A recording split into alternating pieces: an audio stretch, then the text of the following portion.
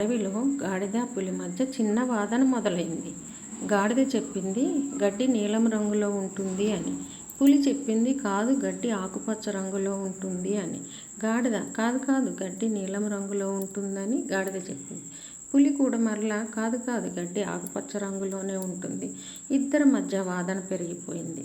చివరికి మనం అడవికి రాజైన సింహం దగ్గరికి వెళ్ళి తీర్పు అడుగుదామని నిర్ణయించుకొని ఇద్దరు కలిసి చిన్నగా నడుచుకుంటూ సింహం దగ్గరికి వెళ్ళి విషయం చెప్పాయి.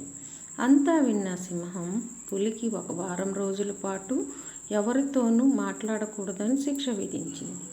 పులి ఆశ్చర్యపోయి అడిగింది, రాజా, గడ్డి ఆకుపచ్చగా ఉంటుంది కదా, మరి నాకెందుకు శిక్ష?